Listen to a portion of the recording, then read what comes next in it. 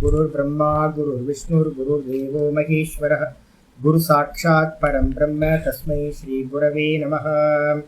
वन्दे गुरूणां चरणारविन्दे सन्दर्शितस्वात्मसुखावबोधे निःश्रेयसे जाङ्गलिकायमाने संसारहालाहलमोघशान्त्यै योगेन चित्तस्य पदेन वाचां मलं शरीरस्य च वैद्यकेन योपाकरोत्तं प्रवरं मुनीनां पतञ्जलिं प्राञ्जलिरानतोऽस्मि।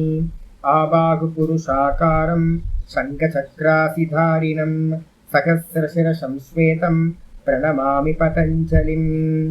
यस्त्यक्त्वा रूपमाद्यं प्रभवति जगतो अनेकदानुग्रहाय प्रक्षीणक्लेशराशिर्विषमविषधरो अनेकवक्त्रसुभोगी सर्वज्ञानप्रसूतिर्भुजगपरिकरः प्रीतये यस्य नित्यं देवो हीशः स वो व्यात्सितविमलतनुः योगदो योगयुक्तः ॐ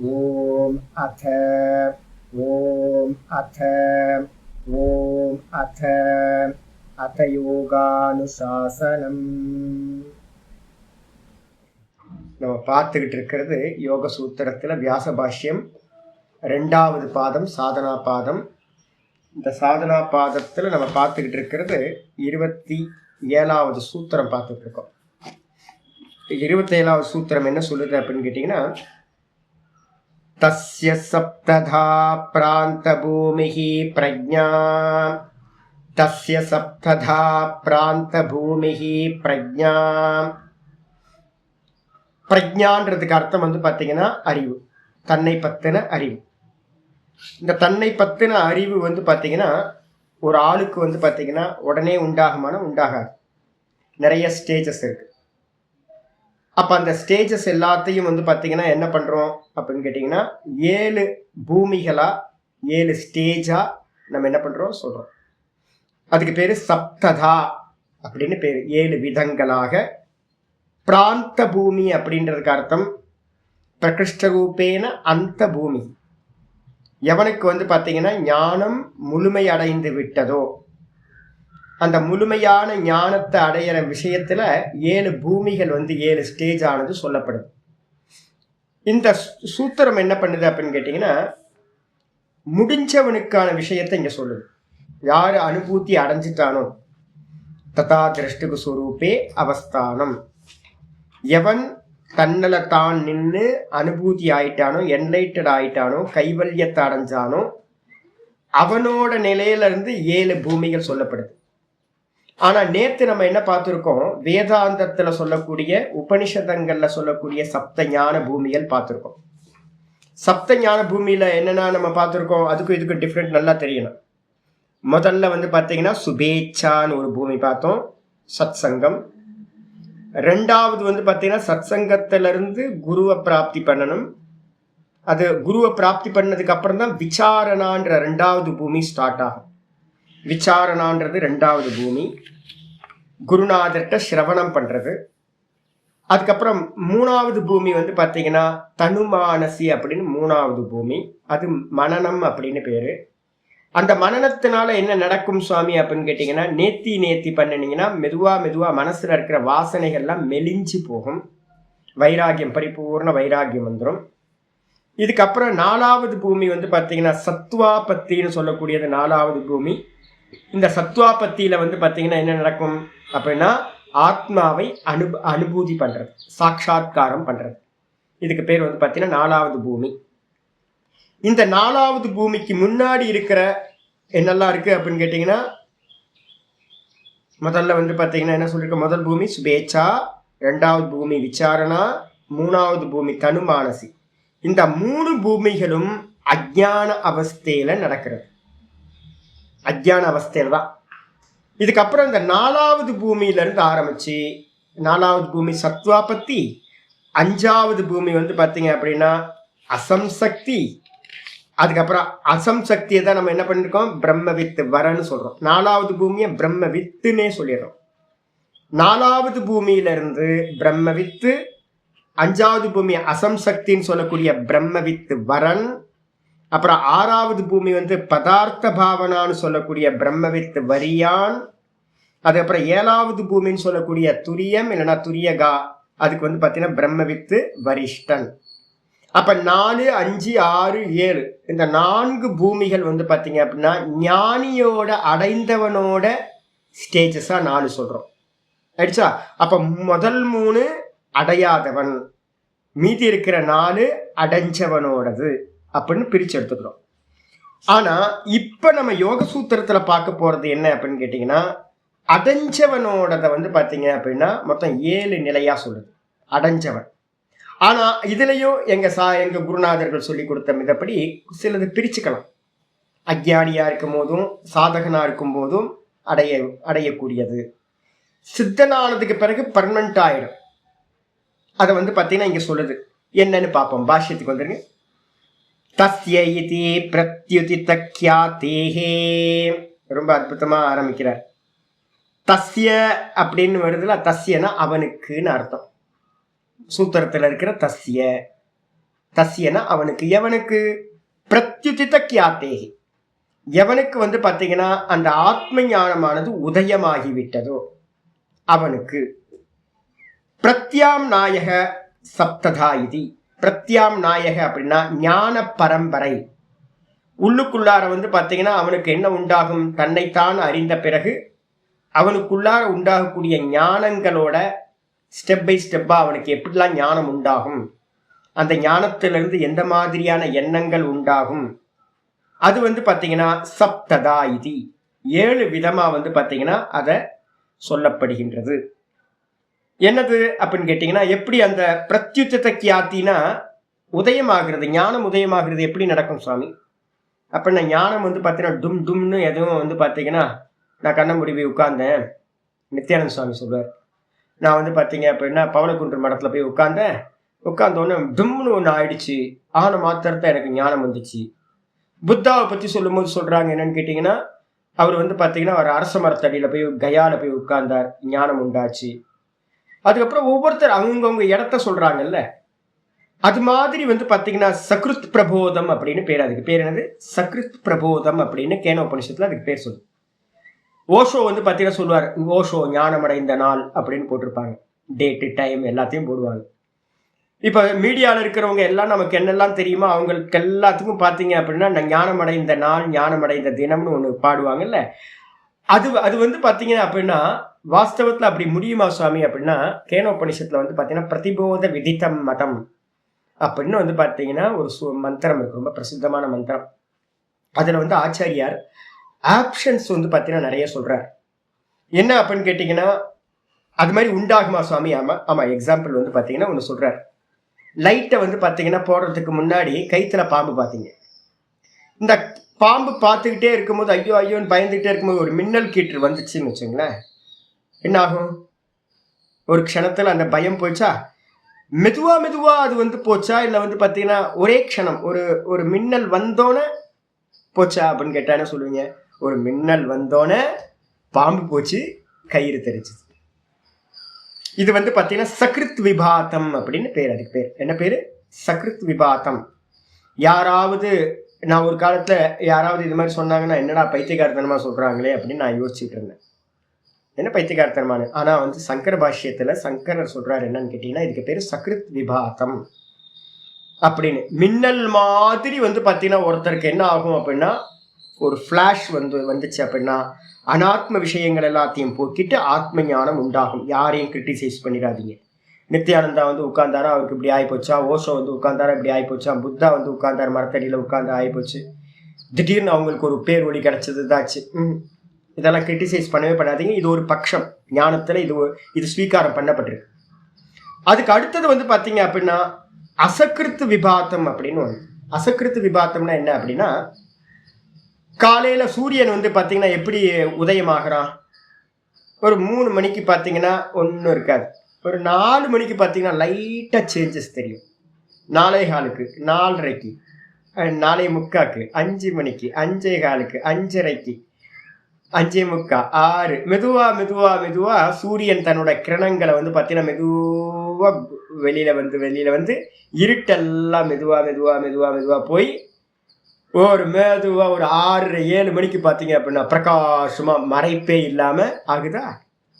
அப்ப இதுக்கு என்ன பேரு அப்படின்னா அசகிருத்து விபாத்தம் அப்படின்னு பேர். அசகிருத்துனா என்ன அர்த்தம்? ஆவருத்தி, மெதுவா மெதுவா மெதுவா. இப்ப நம்ம பண்றோம் பாத்தீங்களா, ஸ்ரவணம் மனனம் நிதித்தியாசனம். இந்த ப்ராசஸ்ல போகும்போது வந்து பாத்தீங்கன்னா உண்டாகிறதுக்கு பேர் என்ன பேருன்னா அசகிருத்து விபாத்தம் அப்படின்னு பேர். அப்போ சரி, அசகிருத்து விபாத்தம் சகிருத்து விபாத்தம் ஏதாவது நடக்குமா சுவாமி அப்படின்னா இல்ல. முந்தின ஜென்மங்கள்ல யாரு வந்து பாத்தீங்க அப்படின்னா இந்த ப்ராசஸ்ல போயிருக்கானோ அவன் வந்து பாத்தீங்கன்னா அடுத்த ஜென்மத்துல ஏதோ ஒரு ஜென்மத்துல ரமண பகவானுக்கு வந்து பாத்தீங்கன்னா ஒரு மரண அனுபவம் ஒன்று உண்டாகுது. அவ்வளவுதான். மதுரையில இருக்கும்போது ஒரு மரண அனுபவம் உண்டாகுது. அதோட அவர் கிளம்பி இங்க வந்துடுறார். அதுக்கு என்ன பேரு? அவர் படிச்சாரா? படிக்கல. சிரவணம் மனனம் எதுவுமே பண்ணல. யோகாபியாசங்கள் ஒன்றும் பண்ணல. கண்ண மூடி அதுக்கு முன்னாடி உட்கார்ந்தாருன்னு கூட தெரியல. தும்முன்னு ஒண்ணு வந்துச்சு, அவ்வளவுதான், முடிஞ்சு போச்சு. அது என்ன சுவாமி அப்படின்னு கேட்டீங்கன்னா, அது என்ன அப்படின்னு கேட்டீங்கன்னா, முந்தின ஜென்மங்கள்ல பண்ணப்பட்ட யோக அபியாசங்கள் ஞான அபியாசங்கள்னால ஒரு யோக பிரஷ்டனா வந்து பாத்தீங்க அப்படின்னா யோகத்துல இருந்து அவங்க என்ன பண்ணிருப்பாங்க, உயிரை விட்டுருப்பாங்க. அந்த உயிரை விட்டதுக்கு பிறகு இந்த ஜென்மத்துல என்ன ஆகும் அப்படின்னு கேட்டீங்கன்னா, அந்த ஃபைல் ஓபன் பண்றதுக்கு ஏதோ ஒரு ட்ரிக்கர் தேவைப்பட்டிருக்கும். அந்த ஃபைல் பழைய வாசனை வந்து பாத்தீங்கன்னா கதாமி புத்தி யோகம் தம் கீதால சொல்ற டும்னு வந்து பாத்தீங்கன்னா யாராவது ஒரு அந்த ட்ரிக்கரை அழுத்திட்டாங்க அப்படின்னா டும்னு ஓப்பன் ஆயிடும். ஓப்பன் ஆன மாத்திரத்துல வந்து பாத்தீங்கன்னா சிரவணம் பண்ணியிருக்க மாட்டாங்க, மனனம் பண்ணியிருக்க மாட்டாங்க இந்த ஜென்மத்துல. ஆனா முந்தின ஜென்மத்துல எல்லாம் பண்ணியிருப்பாங்க. டக்குன்னு அதெல்லாம் வாசனைக்குள்ள வந்துடும். வந்த மாத்திரத்துல வந்து பாத்தீங்கன்னா இந்த ஜென்மத்தோட அபியாசமும் சேர்ந்துச்சு அப்படின்னா டும்னு ஒரு க்ஷணத்துல வந்து பாத்தீங்கன்னா வந்து உட்காருவாங்க. ஒரு 10 நாள் உட்காருவாங்க. 10 நாள் 5 நாள் 1 மாசம் 2 மாசத்துலயே அவங்க கண்ணு மூடி உட்கார்ந்த மாத்திரத்துல இழுத்துக்கிட்டு போய் என்ன பண்ணும், அந்த சக்ருத் விபாத்தத்தை கொடுத்துரும். அப்ப அந்த சக்ருத் விபாத்தம்னு எதெல்லாம் திடீர்னு பிளாஷ் ஆகுதுன்னு சொல்றாங்களோ அப்படி பிளாஷ் ஆனவங்களுக்கு எல்லாத்துக்கும் நீங்க கல்பனா பண்ணணும் என்ன அப்படின்னு கேட்டீங்கன்னா, அதுக்கு முன்னாடி ஜென்மங்கள்ல அவங்களுக்கு இது பிராப்தி ஆயிருக்கணும். ரிப்பன் கட் பண்ற வேலை மட்டும்தான் அந்த பிளாஷிங் நம்ம சொல்றோம். அனுபூதி சக்ருத் விபாத்தமா மின்னல் கீத்து மாதிரி ஒரு அனுபூதி நடக்குதுன்னா அது ஏற்கனவே முன்னாடி பண்ணல அப்படின்னா அது நடக்காது. சட்டியில இருந்தாதான் அகப்பையில வரும் அப்ப நம்ம சொல்லுவோம்ல. அப்ப ஏற்கனவே பண்ணியிருந்தாதான் அது வந்து பாத்தீங்கன்னா ஞானத்தை ஒருத்தருக்கு கொடுக்கும். இந்த 2 விபாத்தம் புரிஞ்சுக்க. இப்ப வந்து பாத்தீங்கன்னா இப்ப நம்ம என்ன பண்றோம், இந்த ஸ்டெப்ஸ் தான் நம்ம போறோம். இப்போ சாஸ்திரத்துல எப்பவுமே என்ன பண்ணோம், அப்ப வந்து கடைசி ரிப்பன் வெட்டுறது. எப்பங்க ரிப்பன் வெட்டினாங்க அப்படின்னா அவரு சிசர் எடுத்தாரு, டும் கட் பண்ணிட்டாருங்க. சிசர் எடுத்து கட்லாம் பண்ணல. இப்ப நீங்க கட் பண்ணி பாருங்க, வீடே என்ன கட்டல. அப்புறம் வந்து பாத்தீங்கன்னா எப்படி கட் பண்ணுவீங்க? அப்ப ஒரு வீட்டை கட்டுறதுக்கு வந்து பாத்தீங்கன்னா ஒரு ப்ராசஸ் போகணும். ஐயோ வீடு கட்டுற வேலை இருக்கு பாருங்க, லிட்டரலா சொன்ன தாலி அருந்து போயிடும்னு சொல்லுவோம்ல, அது மாதிரிதான். ஐயோ அந்த மேஷன் நேற்று வந்து நம்ம ஸ்டூடெண்ட் ஒருத்தர் இருக்கார், சூரியநாராயணன். அவர் வீடு கட்டி முடிச்சிட்டார். வீடு கட்டுறதுக்குள்ளார ஐயோ வந்து நூடுல்ஸ் ஆகி 1 வருஷத்துல நம்மளோட ஜீவனத்தையே போக்கிடுவாங்க. இந்த மேஸ்திரி அமையிறது இருக்குல்ல, பொண்டாட்டி வேணாலும் அமைஞ்சிரும் ஒழிய, பிள்ளைங்க அமைஞ்சிருவாங்க ஒழிய, மேஸ்திரி அமைய மாட்டான். நமக்கு துக்கம் கொடுக்கறதுக்கே பகவான் வந்து பாத்தீங்கன்னா மேஸ்திரி அனுப்பி வைப்பார். அவன் துக்கம் கொடுப்பான். எல்லாம் முடிஞ்சதுக்கு பிறகு சாமி நீங்க வாங்க சாமி குத்து விளக்கு ஏற்றி வைங்கன்னா, குத்து விளக்கு ரொம்ப ஈஸி தானே. குத்து விளக்கு ஏத்துறது நம்ம போய் குத்து விளக்கு ஏற்றிட்டு உள்ள பிரவேசம் பண்ணிடுவோம். ஒரு பச்சரிசியை வந்து ஒரு கலசத்துல போட்டு வச்சிருப்பாங்க. ஒரு எட்டி ஒரு ஃபுட்பால் உதைக்கிற மாதிரி ஒரு டும் அப்படி ஒரு கிக் பண்ணிட்டு நல்லா இருக்குல்ல, பச்சரிசி எல்லாம் செதறி போகும். நம்ம பாட்டு கால் எடுத்து உள்ள வச்சிடலாம். இவ்வளோ ஈஸியா வேலை உத்காட்டனம் பண்றது அப்படின்னா, இவ்வளோ ஈஸி. உள்ள போறவனுக்கு ஈஸி, அது கட்டி முடிக்கிற வரைக்கும் நொந்து நூடுல்ஸ் ஆயிரும். டைல்ஸ் போட முடியாது. பாத்ரூம்ல தண்ணியை ஊத்துறீங்கன்னா ஒரு பக்கம் ஊத்துறீங்கன்னா இன்னொரு பக்கம். நான் ஒரு வீடு கட்டினேன். நான் நினைச்சேன் எனக்கு மட்டும்தான் அது மாதிரி ஆகும் போல இருக்கு, நமக்கு தான் அமைஞ்சது அப்படின்னு. அப்புறம் ஊரெல்லாம் விசாரிக்கும் போது எல்லா வீட்லயும் இதே பிரச்சனை சொல்றாங்க. தண்ணி ஊத்துனா போகாது, வீட்டுக்குள்ள தண்ணி வந்துடும். ஓஹோ, நமக்கு மட்டும் இந்த சந்தோஷம் ஆகி போச்சு, ரொம்ப திருப்தி ஆகி போச்சு. சிங்க வைடா அப்படின்னா அவன் வந்து கிச்சன்ல வந்து பாத்தீங்கன்னா அவன் ஒரு இஷ்டத்துக்கு சிங்க வைப்பான். கலர் நம்ம டைல்ஸை வந்து பாத்தீங்கன்னா நல்லா நோட் பண்ணி வந்து பாத்தீங்க அப்படின்னா போட்டோ எடுத்து இந்த டைல்ஸை இப்படிதான் வாங்கணும்னு சொல்லிட்டு வந்திருப்போம். அவன் மேல நம்பி அவன் வந்து பாத்தீங்கன்னா அவன் இஷ்டத்துக்கு ஒரு டைல்ஸை கொண்டு வந்து இறக்கி விட்டுருப்பான். அது இல்ல சாமின்றுவான். அதுக்கப்புறம் நல்லா போடுறானே அப்படின்னு டைல்ஸ் நல்லா போடுப்பா அப்படின்னு சொல்லிட்டு போயிருப்போம். வந்து ஏறி குதிச்சிங்கன்னா டொங் டொங்குன்னு சத்தம் கேட்கும். அப்புறம் வந்து பார்த்தீங்கன்னா கார்பெண்டர் வந்து பார்த்தீங்கன்னா அவன் இஷ்டப்பத்துக்கு கதவை பண்ணி வச்சிருப்பான், ஜன்னல் பண்ணி வச்சிருப்பான். சீலிங் வந்து பார்த்தீங்கன்னா நம்ம ஒன்று சொல்லியிருப்பான், அவன் ஒன்று. எலக்ட்ரீஷியன் வந்து பார்த்தீங்கன்னா அவன் இஷ்டத்துக்கு ஒன்று பண்ணிட்டு போயிருப்பான், பிளம்பர் ஒன்று பண்ணிட்டு போயிருப்பான். ஷோ இத்தனையும் சால்வ் பண்ணி ஒரு லாஸ்டா ஃபினிஷிங் ஒர்க் பண்ணி கடைசியில் ரிப்பன் வெட்டுறது எவ்வளோ ஈஸி. ரிப்பன் வெட்டுறது சூப்பருங்க. எவ்வளோ நேரத்தில் வெட்டினார் ரிப்பன் வெட்டினார்? ரிப்பன் வெட்டுறதுக்கு அவருக்கு நேரமே ஆகலதுக்கு டங்குன்னு வெட்டிட்டாருங்க. அதே மாதிரி என்லைட்டட் வந்து ஆனவங்கள்லாம் புத்தா என்ன பண்ணாரு தெரியுங்களா? போதி மரத்துல போய் உட்கார்ந்தாரு, டும்முன்னு ஆயிடுச்சுங்க அவருக்கு. டும்முன்னுலாம் ஒன்றும் மண்ணாங்கட்டியும் ஆகாது. அதுக்கு பின்னாடி வந்து பார்த்தீங்கன்னா நிறைய ஒர்க் அவுட் பண்ணியிருந்தா மட்டும்தான் அந்த கடைசியில் நடக்கிற அந்த ஃப்ளாஷ் சாட்சாத்காரம் சொல்றது நடக்கும். அப்போ வந்து அந்த ஸ்டெப்ஸ் வந்து பார்த்தீங்கன்னா என்னெல்லாம் ஸ்டெப்ஸ் இருக்கும் அப்படின்னா, முதல்ல வந்து சொல்றாரு அசுத்தி. முதல்ல வந்து பார்த்தீங்கன்னா சுத்திகரணம் பண்றதே ஒரு பெரிய காரியம். சுத்திகரணம் பண்ணணும். லேண்டு வந்து பார்த்தீங்கன்னா முதல்ல என்ன பண்ணுவாங்க தெரியுங்களா? லேண்டு வாங்கணும்னு அதை சமப்படுத்துறது, அதில் இருக்கிறது எல்லாத்தையும் முள்ளு செடி அது இதெல்லாம் கிளீன் பண்ணுறது, எல்லாத்தையும் பண்ணுற மாதிரி இந்த தேகத்தில் வந்து மனசில் வந்து நிறைய அசுத்தி இருக்குது. அந்த அசுத்தி எல்லாத்தையும் நீக்கிறது வந்து பார்த்தீங்கன்னா முக்கியமானது. ஏன் சுவாமி இதை சொல்கிறீங்க? அடுத்த சூத்திரம் அதுக்காக தான் வருது. அப்போது அசுத்தியை வந்து பார்த்தீங்கன்னா அசுத்தத்தை க்ஷயம் பண்ணுறது ஒன்று. ரெண்டாவது வந்து பார்த்தீங்கன்னா ஆவரணம். ஆவரணத்தை வந்து பார்த்தீங்கன்னா நாசம் பண்ணுறது. ஆவரணம் எது அப்படின்னு கேட்டிங்கன்னா நான் சொன்னேன்ல, அவித்யா தான் ஆவரணம். அப்போ அந்த அவித்யாவை ஆவரணத்தை நீக்கிறதுக்காக தான் நம்ம பார்க்குற சாமர்த்தியத்தை கொண்டு வர்றது, எல்லாத்தையும் பார்க்கறது. அப்படிதான் இருக்கும். வீடு கட்டினா எல்லாத்துக்கும் அப்படிதான் இருக்கும். பிரச்சனை இருக்க தான் செய்யும். உலகம்னா இப்படிதான் இருக்கும், மனுஷனா இப்படிதான் இருப்பான் அப்படின்ட்டு வந்து பார்த்தீங்கன்னா அதுலேருந்து விலகி இருந்து எல்லாத்தையும் பார்க்க அந்த அவித்யான்னு சொல்ற அவிவிச்சாரம் வந்து பார்த்தீங்கன்னா அவிச்சாரம் அது நீங்கும். அப்போ ஆவரணம் வந்து பார்த்தீங்கன்னா துவந்துவ மோகேன இருக்கா? நேற்று பார்த்தோம், இச்சாத்வேஷ சமுத்தேன துவந்துவ மோகேன. அப்போ துவந்துவத்தினால வந்து பார்த்தீங்கன்னா இந்த சர்வ ஜெகத்தும் வந்து பார்த்தீங்கன்னா மோகத்தில் இருக்கு. அதான் அவித்யான்னு பேர். அப்போ அந்த அவித்யான்றதை வந்து பார்த்தீங்கன்னா நீக்கிட்டு ரெண்டாவது ஸ்டெப்.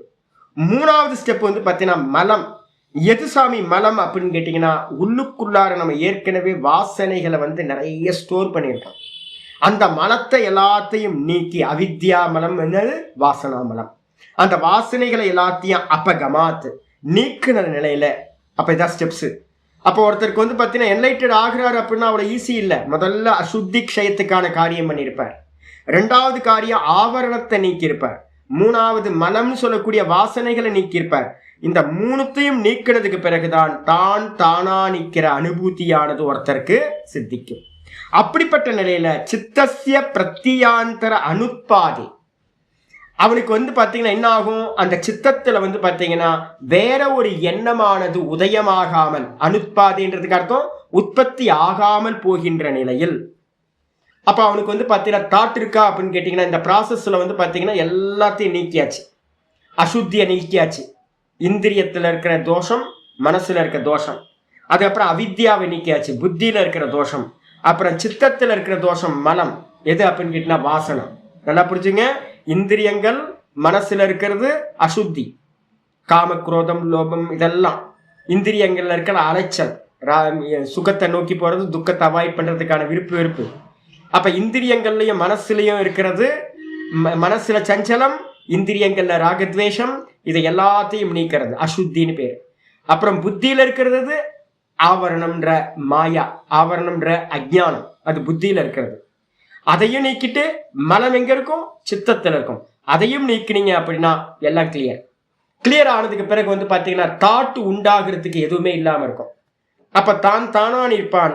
தானா நிற்கிறவனுக்கு வந்து பார்த்தீங்கன்னா அதான் சொல்றது பிரத்தியாந்தர அனுத்பாதே சதி. எந்த ஒரு நாலேஜும் எந்த ஒரு தாட்டும் உண்டாகாது. அந்த நிலையில சப்த பிரகாரா ஏவ பிரஜா, அந்த இடத்துல வந்து பார்த்தீங்கன்னா ஒரு ஞானம் இருக்கும் இல்ல, அந்த ஞானம் எத்தனை விதங்களா உண்டாகும் அப்படின்னு கேட்டீங்கன்னா சப்த பிரகாரா ஏவ, 7 விதமான ஞானங்கள் அந்த இடத்துல உண்டாகுது. விவேக்கினோ பவதி, யாருக்கு அப்படின்னா விவேகிக்கு.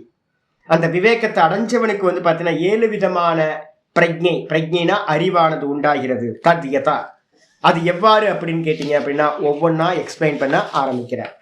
என்னென்ன முதல் தாட்டு, ஒருத்தனுக்கு வந்து பார்த்தீங்கன்னா என்ன உண்டாகணும்?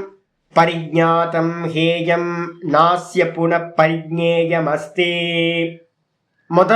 முதல் இது என்னன்னு கேட்டீங்கன்னா நம்பர் 1 2 3 போட்டிருக்கு, பாத்துங்க. பரிஜாத்தம் ஹேயம். ஹேயம்னா என்ன அர்த்தம்? ஹேயம் துக்கம் அநாகதம். ஹேயம்னா என்னது? துக்கம், சம்சாரம். ஹேயம்ன்றதுக்கு அர்த்தம் சொல்லியிருக்கோம், சதுர்வியூகம். ஹேயம்னா சம்சாரம், ஹேய ஹேத்துக்குனா சம்சாரத்துக்கு காரணம், ஹானம்னா மோட்சம், ஹான உபாயம்னா மோட்சத்துக்கு உபாயம். அப்ப ஹேயம்னா என்ன அர்த்தம்? இந்த மொத்த சம்சாரமும், இந்த சம்சாரம் எல்லாமே வந்து பாத்தீங்கன்னா பரிஜாத்தம். பரிஜாத்தம்ன்றதுக்கு அர்த்தம் முழுசா பார்த்துட்டஞ்சி. ஒரு அலுப்பு வரணும். ஒரு 50-60 வயசை ஒருத்தர் கிராஸ் பண்றீங்க அப்படின்னா நீங்க நல்ல முறையில வாழ்ந்துருந்தீங்கன்னு வச்சுங்க. உங்கள்கிட்ட வந்து பாத்தீங்க அப்படின்னா என்ன சாமி இருக்கு? ஒன்றும் இல்லை சாமி, ஒன்றும் இல்லை அப்படின்னு உங்களுக்கு ஒரு ஞானம் வந்துருந்துச்சுன்னா நீங்க நல்லா வாழ்ந்துருக்கீங்கன்னு அர்த்தம். ஆனா இப்ப பாத்தீங்க அப்படின்னா பெரியவங்களுக்குலாம் யாருக்குமே அது அறிவே உண்டாகலை. எனக்கு ஆச்சரியமா இருக்கு. ஒரு விசிராந்தி உண்டாயிருக்கணும், ஆனா வந்து பாத்தீங்கன்னா உண்டாகலை. ஹேயம் பரிஜாதம். இந்த சம்சாரமானது பூரணமா பரிசமந்தாது, பூரணமா ஞாத்தம் அப்படின்னா அறியப்பட்டது. இந்த மொத்த சம்சாரத்தை நான் தெரிஞ்சுக்கிட்டேன். ந அஸ்ய புனக பரிஞேயமஸ்தி. இதுக்கு அந்நியமா வந்து பாத்தீங்கன்னா அறியறதுக்கு ஒன்றும் இல்லை, மிச்சம் இல்லை. ரமண பகவான்கிட்ட வந்து கேட்கும்போது நான் சொல்லிக்கிட்டே இருப்பேன்ல, இதான் என்ன எக்ஸாம்பிள் சொல்லியிருக்கேன். சாமி ஹரித்வார் போகலாம், சாமி கங்கால போய் குளிக்கலாம், இமயமலையை பார்க்கலாம் அப்படின்னு சொல்லும்போது என்ன பண்றார்? ஒரே ஒரு வார்த்தை தான் கேட்கிறார். பஞ்சபூத்தத்துக்கு அந்நியமா 6வது பூத்தமா ஏதாவது இருக்கோ அப்படின்னு கேட்கிறார். இதாங்க இந்த மனநிலை வந்து பாத்தீங்கன்னா என்னன்னா, இந்த ஃபர்ஸ்ட் மனநிலை இதுதான். என்ன அப்படின்னு கேட்டீங்கன்னா எல்லாம் பார்த்தாச்சு. இந்த மொத்த ஜெகத்தும் என்ன அப்படின்னு கேட்டீங்கன்னா வேற ஒண்ணும் இல்லை. என்ன ஜெகத்து மொத்தமும் அப்படின்னா பாஞ்ச பௌத்திகம், வேற ஒண்ணும் இல்லை. 5 பூத்தங்களுக்கு அந்நியமா இது ஒரு மண்ணாங்கட்டியும் அதுக்கு அந்நியமா 6வது பூத்தம்னு ஒண்ணு இல்லை. இந்த மொத்த சம்சாரமும் திருஷ்யம். இந்த திருஷ்யம் எல்லாமே என்ன அப்படின்னு கேட்டீங்கன்னா பூத்தேந்திரியாத்மகம் திருஷ்யம். வெறும் பஞ்சபூத்தங்களும் அதே மாதிரி வந்து பாத்தீங்கன்னா வேற இந்த இந்திரியங்களுக்கு அந்நியமா திருஷ்யம்னு ஒரு சம்சாரம்னு ஒண்ணு இல்லவே இல்லை அப்படின்னு உங்களுக்கு அறியப்பட்டுச்சுன்னா அதுல இன்னும் கொஞ்சம் அட்வான்ஸா போய் என்ன பண்ணுவீங்க?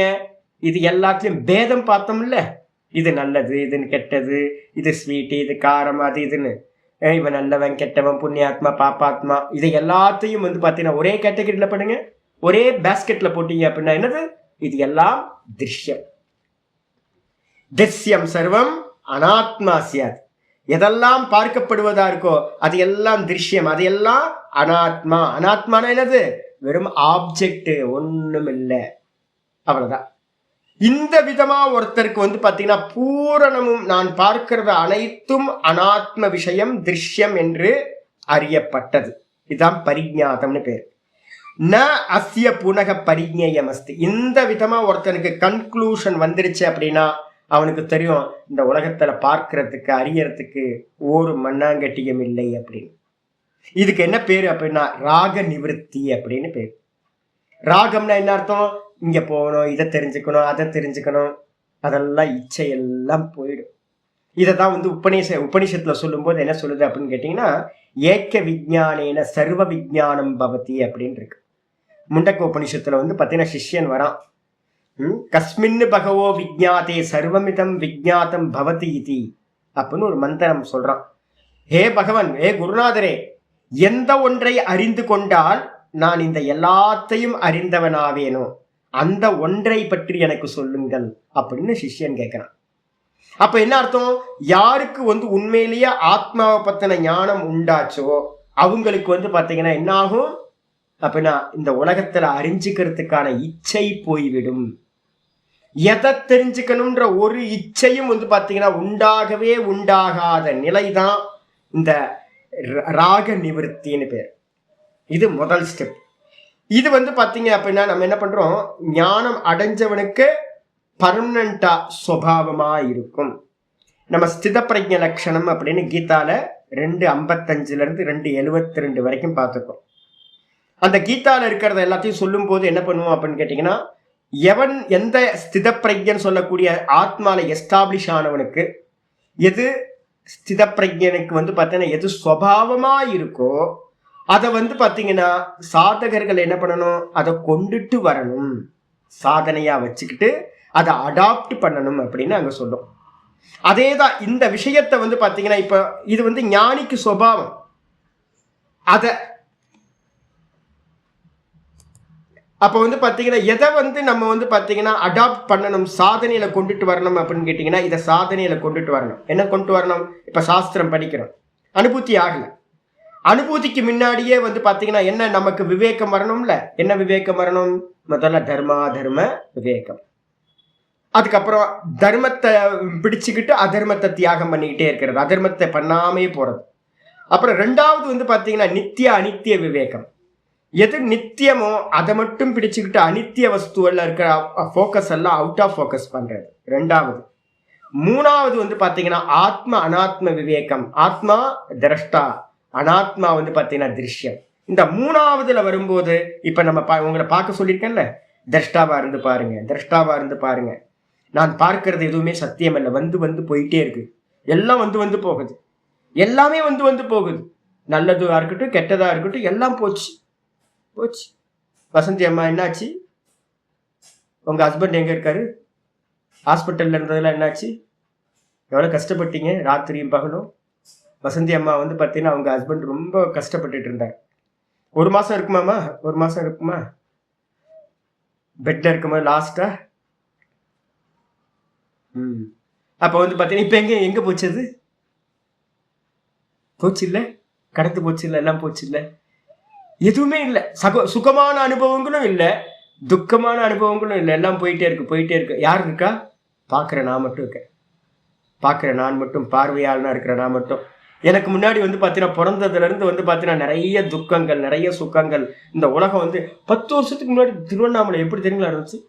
15 வருஷத்துக்கு முன்னாடி எவ்வளோ அருமையாக இருந்துச்சு தெரியுங்களா? இப்போ இவ்வளோ ஆகிப்போச்சு, இப்படி ஆகிப்போச்சு, அப்படி ஆகிப்போச்சு.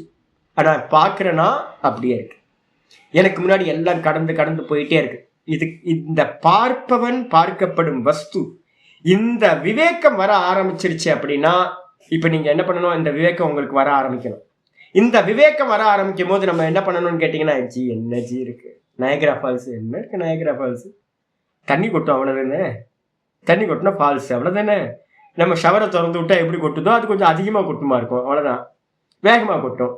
குற்றாலத்துக்கு போயிருக்கோம், குற்றாலத்துல எப்படி இருக்குமோ அதே தான் நயகரால இருக்கும். வேற என்ன வித்தியாசம்? டிஸ்னி லேண்ட் ஒன்னும் டிஸ்னி லேண்ட்ல இல்ல, டிவியை போட்டு பார்த்தா தெரிஞ்சிடும் இவ்வளவுதானா அப்படின்னு. அப்ப வந்து பாத்தீங்கன்னா இந்த உலகத்துல பார்க்க வேண்டியதோ கேட்க வேண்டியதோ அறிய வேண்டியதோ ஒரு மண்ணாங்கட்டி புண்ணாக்கும் இல்லை, எல்லாம் வந்து பாத்தீங்கன்னா நிஸ்சாரம் அப்படின்றத நம்ம என்ன பண்ணணும்? மெதுவா கொண்டுட்டு வரணும். இது எல்லாம் வந்து பாத்தீங்கன்னா என்னது? திருஷ்ய மாத்திரம். இது வந்து சுபாவமா ஞானிக்கு இருக்கும். அதை வந்து பார்த்தீங்கன்னா நம்ம என்ன பண்ணணும்? படிக்க இம்ப்ளிமெண்ட் பண்ணணும். இது ஒரு பூமி, முதல் பூமி. இதுக்கு அடுத்தது வந்து பார்த்தீங்கன்னா ரெண்டாவது சொல்றாரு, க்ஷீணாக் ஹேய ஹேதவோ ந புனர் ஏதேஷாம் க்ஷேத்தவ்யமஸ்தி. ரெண்டாவது நிலை, ரெண்டாவது பூமி எது அப்படின்னு கேட்டீங்கன்னா க்ஷீணா ஹேய ஹேத்தவம். ஹேய ஹேத்துனா ஹேயத்துக்கு எது ஹேத்து? அவித்யா. தஸ்ய ஹேத்துர் அவித்யா. அவித்யா தான் வந்து பார்த்தீங்கன்னா இந்த சம்சாரத்துக்கு காரணம். ஹேய ஹேத்துனா அவித்யா, ஹேயம்னா சம்சாரம், ஹேய ஹேத்து அப்படின்னா ஹேத்துனா காரணம். சம்சாரத்துக்கு காரணம் எது அப்படின்னு கேட்டீங்கன்னா அவித்யா. அந்த அவித்யா என்னாச்சு? க்ஷீணாஹா. க்ஷீணம்னா என்ன அர்த்தம்? நாசமாயிற்று. அப்ப சுரூபத்துல நின்னவன்ட்ட போய் கேட்டீங்கன்னா அவித்யான்னு ஒண்ணு இருக்காப்பா அப்படின்னா அவித்யா தெரியாது ஜி. என்ன சொல்லுவாங்க? நின்னவன், ஆத்மாவில் நின்னவன் சொல்லுவான் அவித்யாவா என்னது? சூரியன்ட்ட போயிட்டு இருட்டுன்னா தெரியுமா? இருட்டா? இருட்டுனா புரியலையப்பா, என்ன இருட்டுனா என்னது அப்படின்னு சூரியன் கேட்கும். ஏன்னா சூரியனுக்கு வந்து பார்த்தீங்கன்னா இருட்டுன்னு ஒன்று தெரியவே தெரியாது.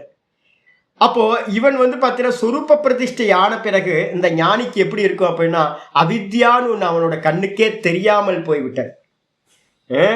என்ன சொல்லியிருக்கான்? 16வது சூத்திரத்தில் சொல்லியிருக்கோம்ல, கிருதாத்மன பிரதி நஷ்டமப்பி அனஷ்டம் ஏவ.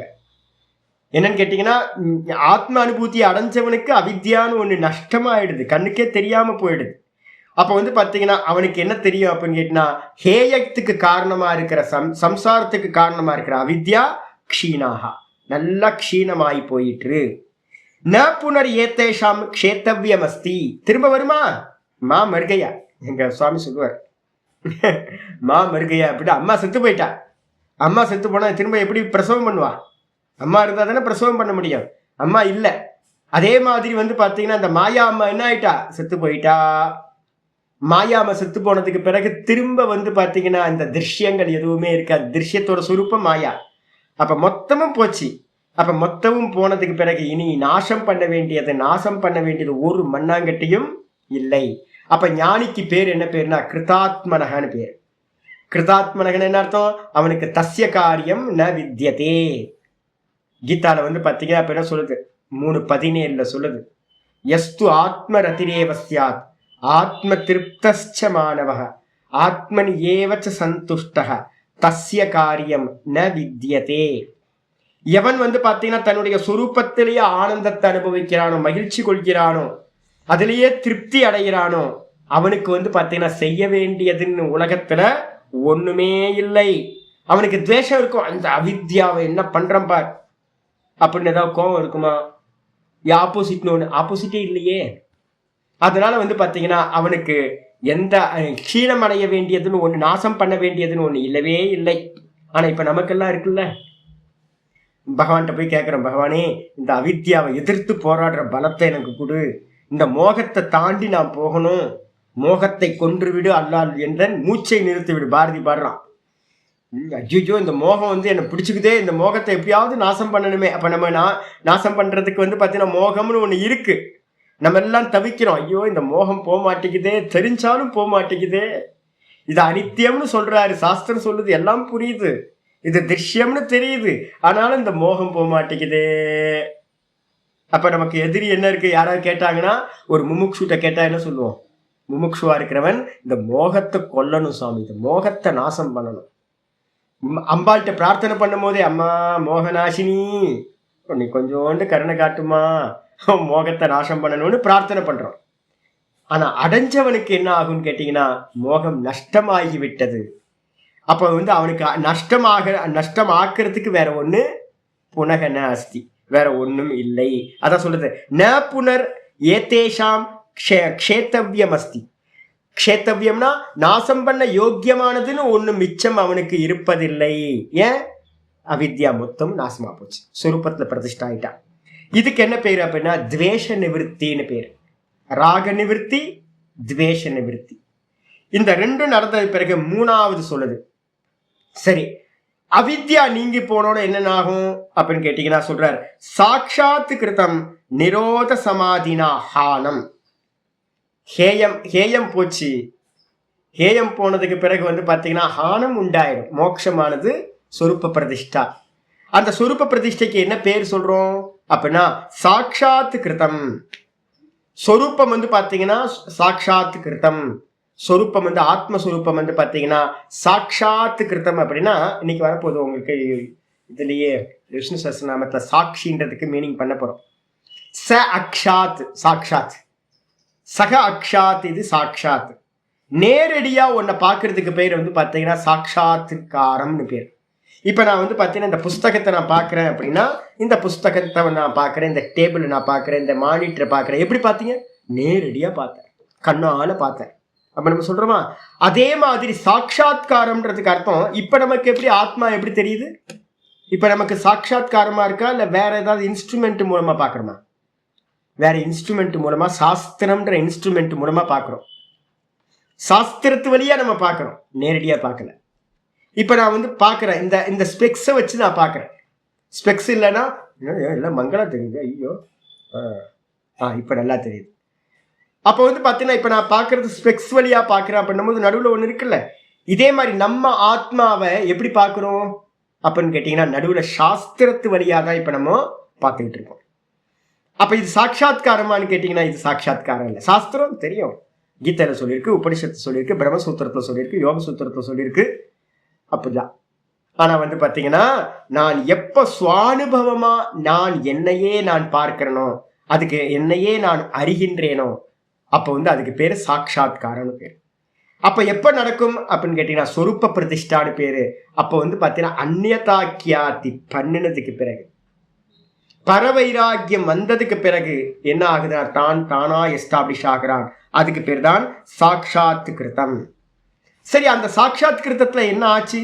நிரோத சமாதினா சாட்சாத்கார கிருத்தம். சாதனம் என்ன சுவாமி? நிரோத சமாதி. சித்த பூமி 5 சொல்லிருக்கமா? மூடம், க்ஷிப்தம், விக்ஷிப்தம், ஏகாகிரம், நிருத்தம். இந்த நிருத்த பூமியில வந்து பாத்தீங்க அப்படின்னா நடக்கிற சமாதிக்கு பேர் தான் வந்து பாத்தீங்கன்னா நிரோத சமாதி. எத்ரோ பரமதே சித்தம். கீதால வந்து பாத்தீங்க அப்படின்னா 6வது அத்தியாயத்துல 20-22வது ஸ்லோகத்துல வந்து பாத்தீங்கன்னா நல்லா தரும். எத்ரோ பரமதே சித்தம் நிருத்தம் யோக சேவையா. 6:20 பக்கத்துல போட்டீங்கன்னா சரியா இருக்கும். அந்த சாட்சாத்கிருத்தம் 3வது இதுக்கு இது பண்ணணும். எத்திர உபரமதே சித்தம், எப்ப வந்து இந்த சித்தம் வந்து உபரதி அடையுதோ, ஷட் டவுன் ஆகுதோ, அந்த பூமிக்கு என்ன பேரு? நிரோத பூமி, நிருத்த பூமின்னு பேரு. அந்த நிருத்த பூமியில வந்து பாத்தீங்கன்னா எப்படி கிடைச்சது நிருத்த பூமி? யோக சேவையா. யோகத்தை அனுஷ்டானம் பண்ணி மெதுவா மெதுவா மெதுவா ஏகாகிர சித்தத்தை தாண்டி என்ன பண்ணோம்? சவித்தர்க்கம், நிர்வித்தர்க்கம், சவிச்சாரம், நிர்விச்சாரம், சானந்தம், சாஸ்மிதா. 95% சாஸ்மிதால வந்து சத்துவகுணம் நின்றோம். அதுக்கப்புறம் ஒரு ஜம்ப் பண்ணீங்கன்னா 98%ல பரம் பிரசங்கியானம். பரம் பிரசங்கியானம் நடக்கும்போது தான் என்ன நடக்குது? மனம் சித்தமில் எண்ணங்கள் இல்லாத மனசை நீங்க என்ன பண்றீங்க? பாக்குறீங்க. அதை பாக்குறதுக்கு என்ன பேரு? அந்நியதாக்கியாதி. அந்நியதாக்கியாதிக்கு என்ன பேர் சொல்லியிருக்கோம்? பரவிவேகம். விவேகத்திலே உச்சம் அதுதான். அந்த விவேகம் பண்ணதுக்கு பிறகு பார்க்கும்போது அதுலயும் ஒரு கொஞ்ச நாள்ல என்ன ஆகும்? வைராக்கியம் வரும்.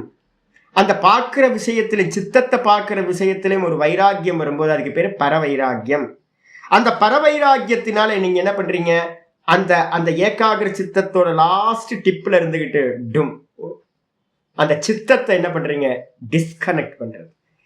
அந்த டிஸ்கனெக்ட் பண்ணிட்டு தான் தானா நிக்கிறது. அந்த தான் தானா நிக்கிற அந்த க்ஷணம் இருக்குல்ல, அந்த பரவைராக்கியத்தை அந்த பரவைராக்கியத்தை அடையிறதும் தியாகம் பண்றீங்க. நீங்க வந்து பாத்தீங்கன்னா அதை டிஸ்கனெக்ட் பண்றீங்க.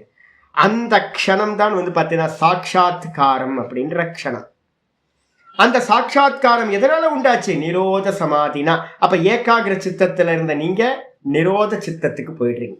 6வது சித்த பூமியில 5வது பூமிக்கு வந்துடுறீங்க. அடிச்சா அந்த நிரோத சமாதினால வந்து பாத்தீங்கன்னா சாட்சாத் கிருதம். அதுக்கு என்ன பேர் சுவாமி அப்படின்னா, அதுக்கு பேர் வந்து யோக சூத்திரத்தில் சொல்லும் போது ததா திரஷ்டுகு ஸ்வரூபே அவஸ்தானம். அதுக்கு பேர் தான் ஹானம். இங்க சொல்லிடுச்சு. ஹானம்னு என்ன அர்த்தம்? மோக்ஷம், கைவல்யம். அப்போ என்ன ஆயிடுதுன்னு கேட்டீங்கன்னா, இவன் கைவல்யத்தை தனித்தவனா ஆயிடுறான். கைவல்யத்தை அடைஞ்சிடறான். இவனுக்கு வந்து பாத்தீங்கன்னா அதுக்கப்புறம் அடையறதுக்கு வேற இல்லையே இல்லாம போயிடுது. அப்ப இதுதான் வந்து பாத்தீங்கன்னா சாட்சாத் கிருதம் அப்படின்னு பேர்.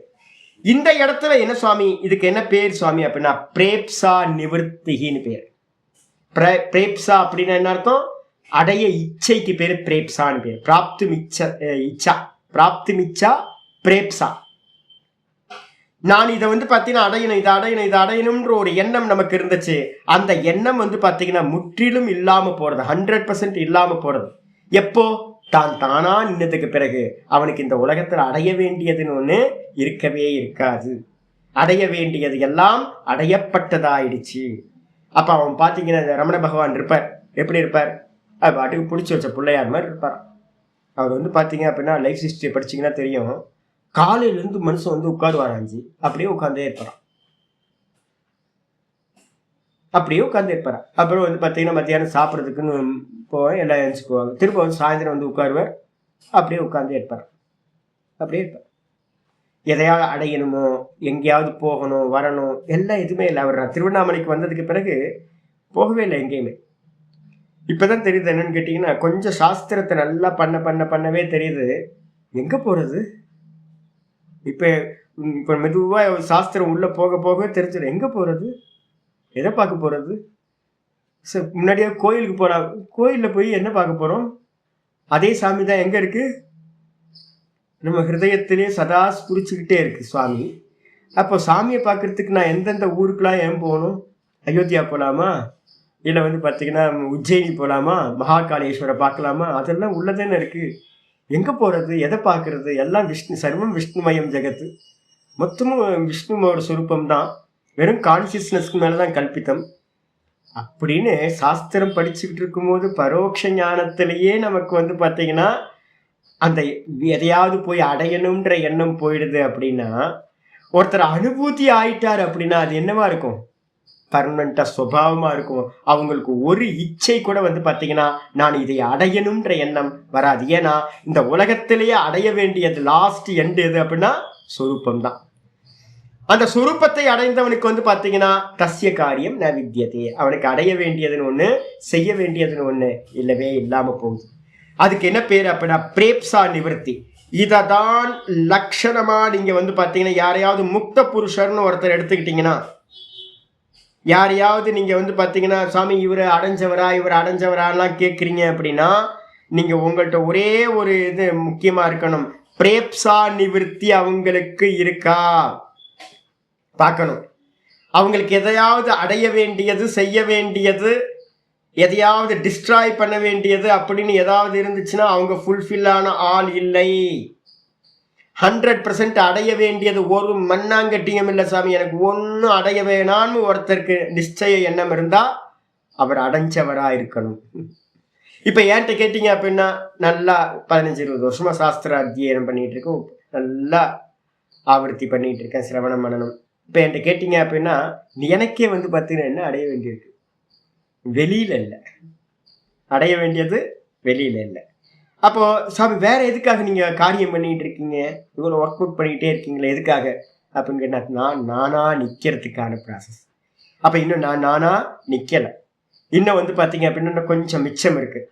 அப்போ நான் பூர்ணமா அப்படின்னு கேட்டிங்கன்னா இல்லை, பூர்ணம் இல்லை, சிம்பிள். ஏன்னா எனக்கு அடைய வேண்டியது வந்து பார்த்தீங்கன்னா இருக்குது, நானாக நிற்கணும், சொரூப அனுபூதி உண்டாகணும், சொரூப அவஸ்தானம் என்னது யதா விநியதம் சித்தம் ஆத்மனியேவ அவதிஷ்டதே 18 சொல்லுது, 6:18. அதே மாதிரி 6:10 இதில் வந்து பார்த்தீங்கன்னா 6:20 சொல்லுது கீதால, எத்திர உபரமதே சித்தம் நிருத்தம் யோக சேவையா எத்திர செய்வ ஆத்மனா ஆத்மானம் பஷ்யன் ஆத்மனி துஷ்யதி.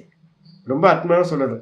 ஏன் எப்போ வந்து பார்த்தீங்கன்னா அந்த நிரோத அவஸ்தையை பிராப்தி பண்ணுறானோ எத்திரச்ச ஏவ ஆத்மனா ஆத்மானம் பஷ்யதி, எவன் தன்னிடத்திலே தன்னை பார்க்கிறானோ, தன்னையே தான் பார்க்கறது இல்லை, தன்னையே தானாய் நிற்கிறதுக்கு பேர், தானா எவன் நிற்கிறானோ ஆத்மனியேவ அவதிஷ்டதி, தானா நிற்கிறானோ. அப்போ இன்னும் எனக்கு அதை பிராப்தி ஆகலை, இப்போ எனக்கு ஆசை இருக்குது, பிரேப்ஸா இருக்குது, அடைய வேண்டியது, இன்னும் செய்ய வேண்டியது இருக்குது.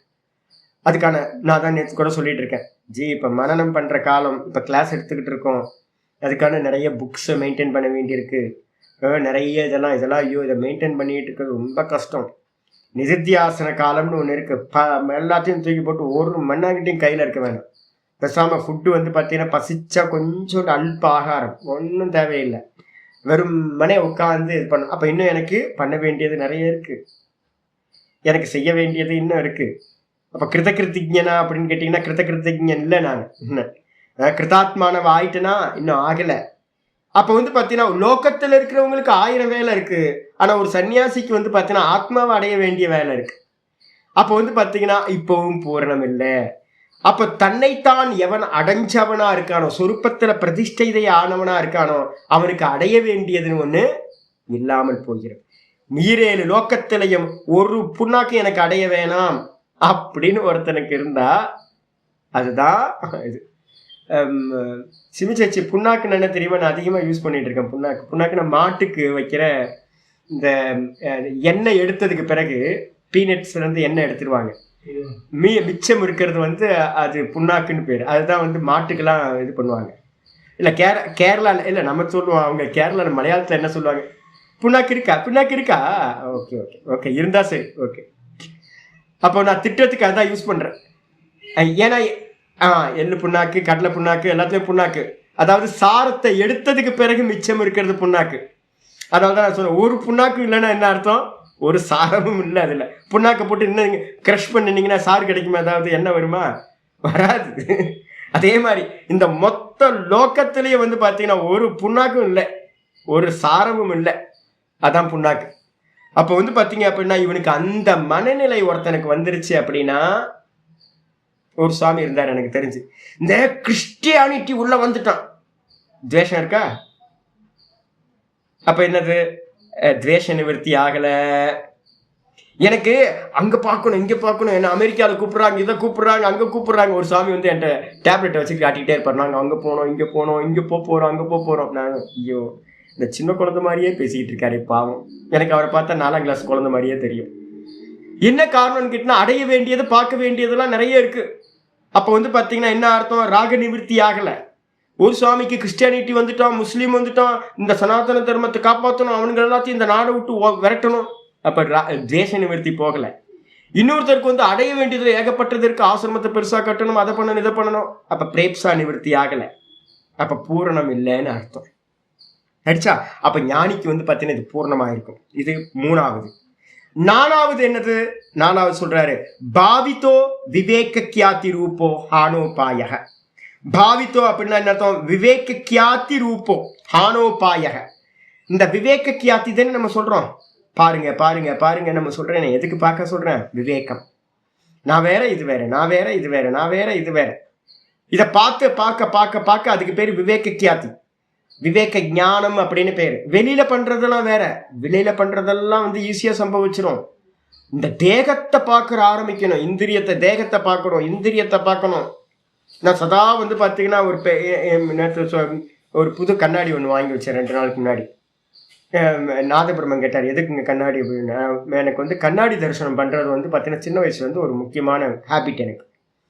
என்னன்னா முன்னாடி கண்ணாடி வச்சுட்டு பார்த்துக்கிட்டே இருப்பேன். இப்படி பைத்தியமாயிரு, பைத்தியம் தானே நம்மளாம், பைத்தியம் தானே. எதுக்கு அப்படின்னு கேட்டீங்கன்னா, இவன் எவனோ ஒருத்தனாச்சு இப்போ நான் இப்போ கேமராக்கு முன்னாடி பாக்குறேன், என் உருவம் தெரியுதா, இந்த உருவம் இவன் பேசிட்டு இருக்கான், நான் சென்ஸா பேசிட்டு இருக்கான், முன்னாடி இருக்க கேமரா பார்த்துக்கிட்டே இருக்கேன். என்னோட இதை இவன் குடுமி வச்சிருக்கான், கண்ணாடி போட்டிருக்கான், தாடிலாம் இருக்கு, எவ்வளவு பேசிட்டு இருக்கானே இவன். நான் அப்பப்போ வந்து பார்த்தீங்கன்னா அந்த கண்ணாடியை பார்த்து பார்த்து இது மாதிரி கேள்வி கேட்டு பழகிருக்கேன் சின்ன வயசுல இருந்து. எங்க ஆச்சாரியர் சொல்லி கொடுத்ததுனால முன்னாடில இருந்து, யார் இவன் எவன் சாயாத்மா பிரதிபிம்பம், எவன் அசையறான், இப்படி அசைஞ்சா அப்படி அசையறான், நான் அசைஞ்சா இந்த தேகம் அசைஞ்சா அங்க அசையறான், யார் இவன். அப்ப நம்ம தேகத்தையே பார்க்கறதுக்கு வந்து பார்த்தீங்கன்னா ஒரு கண்ணாடி மாட்டி வச்சிருக்கேன், தேகத்தை பார்க்கறது. இதே மாதிரி வந்து பார்த்தீங்கன்னா இந்திரியங்களை பார்க்கணும், மனசை பார்க்கணும், புத்தியை பார்க்கணும், என்னுடைய பிராணனை பார்க்கணும். இந்த எல்லாத்தையும் பார்த்து பார்த்து பார்த்து பார்த்து பழகிறதுக்கு பேர் தான் விவேக கியாத்தின்னு பேர், இந்த ஞானம். அப்ப அந்த ஞானம் வந்து பாத்தீங்கன்னா வர வர வர அந்த விவேக கியாத்தி எதுக்கு உபாயம், ஹான உபாயம். ஹானம்னா என்னது, மோட்சம். மோட்சத்துக்கு உபாயம் வந்து பாத்தீங்கன்னா இந்த விவேக கியாத்தின்னு பார்க்க ஆரம்பிச்சிங்கன்னா என்ன ஆயிடும், இவன் வேற யாரும் இல்லை, இவன் வேற தானே, நமக்கு முன்னாடி தெரியறான், கேமரால தெரியறான், ஸ்கிரீன்ல தெரியறான், எப்படி 2ஆ இருக்கும். அப்ப இவன் வந்து பாத்தீங்கன்னா அங்க ஒரு கேமரா வச்சிருக்க, இங்கேயும் தெரியறான், அப்புறம் மானிட்டர்லயும் தெரியறான், இன்னொரு கேமரா வச்சுன்னா இன்னொன்னு ஸ்கிரீன்லயும் தெரியுவான். அப்ப இந்த தேகம் எப்படி இத்தனையா தெரியும். அப்ப இவன் இல்ல, இவன் ஒரு 10 கண்ணாடி வச்சிருந்தீங்கன்னா 10 உங்களை தெரியும்ல. அப்ப இந்த ரூபம் வந்து பாத்தீங்கன்னா 10ஆ தெரியுதுன்னா இந்த ரூபம் நீங்களா? ஐயோ இது என்னது. அப்ப பாக்குறவன் ஒருத்தன் தான், நாம பாக்குறவனா ஒருத்தன் தான். ஆனா இந்த திருஷ்யம் வந்து பாத்தீங்கன்னா பல இதுல தெரியுது. அப்ப என்ன அர்த்தம்னு கேட்டா, பார்க்கப்படுவது திருஷ்யம். இந்த விவேகம் வரணும், இந்த சரீரத்துல வரணும் நமக்கு. இந்த சரீரத்துல வந்து பாத்தீங்கன்னா அந்த வந்துச்சு அப்படின்னா அதான் ஹான உபாயம். அது வந்து பாத்தீங்கன்னா பாவித்தோ அப்படின்னா என்ன அர்த்தம், உண்டாகி விட்டது. நமக்கு இப்பதான் உண்டாயிட்டு இருக்கு. நான் மெதுவா உங்களுக்கு வந்து பாத்தீங்கன்னா கொஞ்சம் கொஞ்சமா பார்க்க ஆரம்பிங்க. சமயம் இருக்கும் போதெல்லாம் ரிலாக்ஸா உட்காந்துட்டு பார்க்க ஆரம்பிங்க. வீடியோவை பாருங்க, வீடியோ பார்த்துட்டு இது யார் பார்க்குறா, வீடியோ போயிட்டு இருக்கு சிங்க் ஆகாம, வீடியோ யார் பார்க்குறா, யூடியூப்பை போட்டுங்க, யார் பார்க்குறான்னு பாருங்க. யார் பார்க்குறா, கண்ணு பார்க்குது, மனசு பார்க்குது, புத்தி பார்க்குது, நான் இதை எல்லாத்தையும் நான் பார்க்குறேன். அப்ப நான் பார்க்கிறவன். வீடியோ பார்க்கப்படுவது திருஷ்யம், வீடியோவை பார்க்கிற கண்ணு திருஷ்யம், கண்ணை பார்க்கிற மனசு திருஷ்யம், மனசை பார்க்கிற புத்தி திருஷ்யம், இதை எல்லாத்தையும் பார்க்கிற நான் திரஷ்டா. அப்ப வந்து பாத்தீங்கன்னா இது மாதிரி பார்க்கப்பட்டது நம்ம எல்லாம் பிராக்டிஸ் பண்ணிக்கிட்டு இருக்கோம்.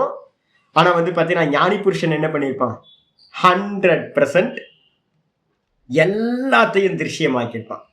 அதான் சொல்லுது, விவேக கியாத்தி ரூபமா இருக்கிற, விவேக கியாத்தி வடிவா இருக்கிற அந்த மோட்ச உபாயமா இருக்கிற, ஹானத்துக்கு உபாயமா இருக்கிறத பாவித்தோ, என்னால் முழுஷா அனுபவிக்கப்பட்டது, நான் செய்தாகி விட்டது. அவனுக்கு எண்ணம் இருக்கும், பண்ண வேண்டியதெல்லாம் பண்ணியாச்சு.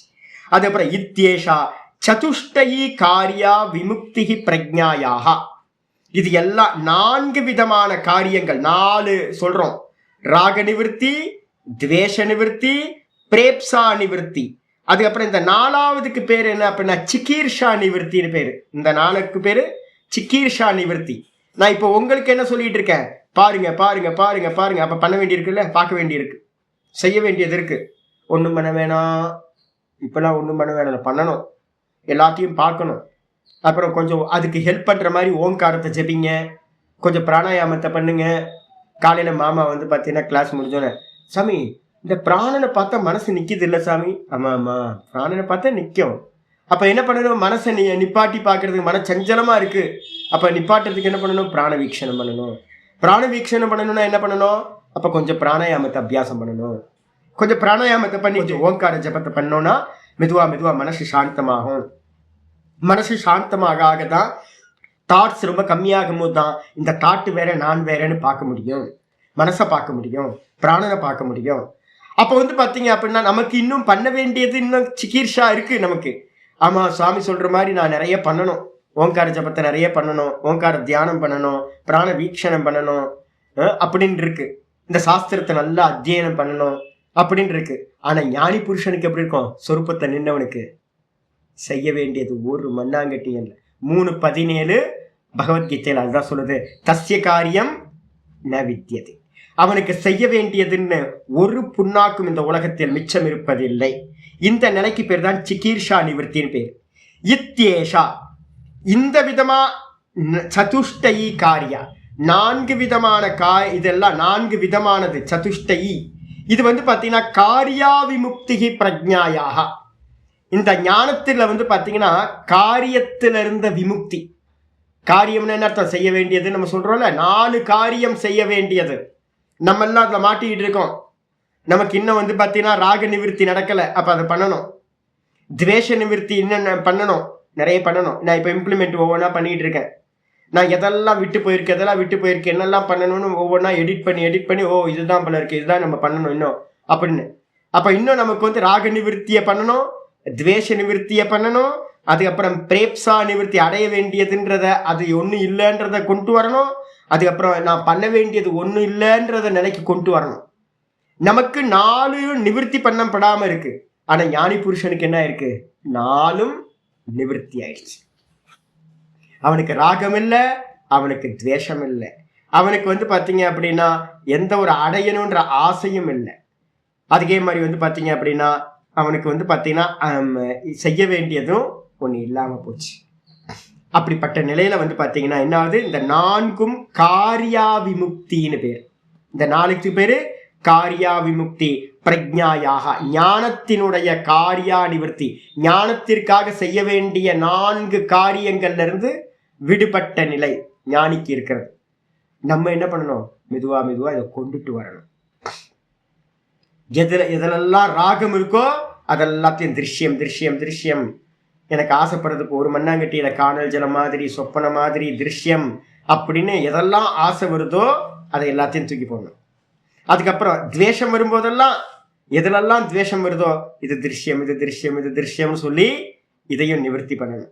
அதுக்கப்புறம் வந்து பார்த்தீங்கன்னா அடைய வேண்டியதுன்னு எதெல்லாம் இருக்கோ அதுல எல்லாத்துலயும் நம்ம என்ன பண்ணணும், இங்கே ஒன்றும் அடையிறதுக்கு ஒரு மண்ணாங்கட்டியும் இல்லை, நான் நானாக தான் இருக்கேன் அப்படின்னு வந்து பார்த்தீங்கன்னா அடையிற ஆசை எல்லாத்தையும் நிவர்த்தி பண்ணணும். அதுக்கப்புறம் வேற என்னது, இந்த விவேக கியாத்தி வந்து பார்த்தீங்கன்னா 100% ஆகும்போது தான் இந்த சிகிச்சா நிவர்த்தின்றது உண்டாகும். அது வந்து அனுபூதிக்கு அப்புறம் தான் உண்டாகிறது. இந்த 4த்தையும் கொண்டு வந்துடுறோம். 4ம் காரியா விமுக்தின்னு பேர், காரியங்களிலிருந்து விடுதலை அடைதல். இதுக்கு அடுத்தது சொல்றாரு சித்த விமுக்தி ஸ்தூத்திரை. சித்த விமுக்தி அப்படின்னா சித்தத்துக்கு 3 விமுக்தியானது விடுதலையானது சொல்லப்படுது. சித்தத்துக்கு 3 விடுதலை சொல்லப்படுது. என்னென்ன விடுதலை, அப்படின்னு கேட்டீங்கன்னா சரிதாதிகாரா புத்தி. இந்த புத்திக்கு வந்து புத்தி வந்து பாத்தீங்கன்னா சுகதுக்கத்தை அனுபவிச்சுக்கிட்டே இருக்கா. இப்போ அந்த அதிகாரம்ன்றதுக்கு அர்த்தம் நான் சொல்லியிருக்கேன்ல, குணாதிகாரம் சொல்லியிருக்கேன்ல. எது குணத்தோட அதிகாரம் அப்படின்னா சுகதுக்கத்தை தர்றது, கடைசியில மோட்சத்தை தர்றது, கைவல்யத்தை. போக அபவர்கா தாத்ருத்வம் குணாதிகார. போகத்தையும் அபவர்க்கத்தையும் கொடுப்பதுதான் குணத்தினுடைய அதிகாரம். அப்ப இவனுக்கு என்ன ஆச்சு? மெதுவா மெதுவா மெதுவா போகத்தை கொடுத்துச்சு ஒரு பர்சனுக்கு.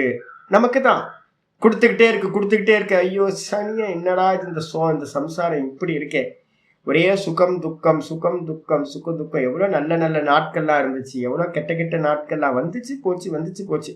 ஒரு புத்தி வர ஆரம்பிக்குது, எனக்கு போதும், சுகதுக்கம் போதும் அப்படின்னு எவனுக்கு வைராக்கியம் வருதோ, அந்த வைராக்கியம் வரும்போது அம்மா பாக்குறாங்க, ஐயோ இவன் என்னன்னா வைராக்கியம் வந்துருச்சு, இவனுக்கு என்ன பண்றது அப்படின்ட்டு என்ன பண்றாங்க, போகத்தை கொடுக்கறத ஸ்டாப் பண்றாங்க. ஸ்டாப் பண்ணதுக்கு பிறகு என்ன ஆயிடுது, சுகதுக்க போகம் நின்று போகும்போது சொரூப பிரதிஷ்டா உண்டாகுது. கைவல்யத்தையும் அம்மா கொடுத்துட்றாங்க, மாயாமா. கொடுத்த பிறகு வந்து பாத்தீங்கன்னா கைவல்யத்தை கொடுத்து இந்த சித்தம் செப்பரேட் ஆகும் போது அதிகாரம் என்ன ஆயிடுது, கம்ப்ளீட் ஆயிடுது.